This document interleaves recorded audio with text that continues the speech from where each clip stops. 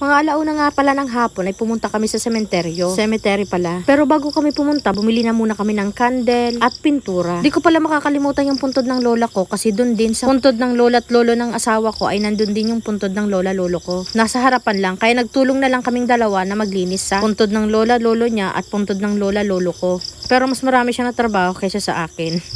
Kasi nga super init. Grabing init ngayon dito sa amin. Siya na lang palang pinabukas ko niyan kasi ako parang aabutan pa ng bagong taon. Di ko nga ini-expect na magiging abusayap na yung attire ko. Dahil nga sa super init, ginamit ko na lang yung jacket ng asawa ko. Pati na yung extra damit, sinuot ko na. Para naman hindi mapinturahan yung damit ko. Kasama pala namin yung anak namin at yung anak namin ang nagbibidyo. At pati nga mga tao dyan na amazed dahil yung anak namin magaling daw magkuha ng video. Habang nagpipintura kami, nagutom kami. Kaya ang ginawa namin, nag-snack na muna kami. Mag-snack, dumating na yung ate ko. At namangha din siya kasi yung puntod ng lola lolo ng asawa ko ay nasa likuran ng puntod lola at lolo namin. Kaya nga sabi ng ate ko ay talagang destiny kami kasi magkikita pa rin kami sa cemetery. Buti nga kahit papano nagkasya yung pintura namin dahil yung puntod ng lola lolo ng asawa ko ay nilagyan niya lang ng sunrocks at okay na. Yung puntod kasi ng lola lolo ko kailangan talaga ng pangmalakasan na pintura. At buti nga nandyan yung asawa ko at ang sipag-sipag na magpintura. Di nga namin natapos kasi sa kalagitnaan ng aming pagpipintura ay bumuhos naman yung malakas na ulan. Grabe. Yung super init pero umulan naman. At yan na din yung puntod ng lola lolo ng asawa ko. Ang puti-puti na, nilagyan lang yan ng sunrocks. Nagsindi na rin kami ng kandila. Maaga pala kami na pumunta sa cemetery kasi ayaw namin makipagsabayan sa maraming tao. Ngayon kasi October 28 pa lang kaya kunting-kunti pa lang mga tao dito. Unless October katapusan, super siksika na. Ialit pa naman ang tinampo dito. Kalsada pala. Inabot na pala kami ng gabi. Di ko na nabidyohan kasi tinamad na ako. Pati yung anak ko na tagakuha ng video ay ayaw na kumuha kasi nga may kalaro na siya. Nandiyan na yung kuya boom niya. At yan nga, panay naman yung kanta ng mabuhay daw. Parang gusto nila mabuhay yung mga patay. Grabe.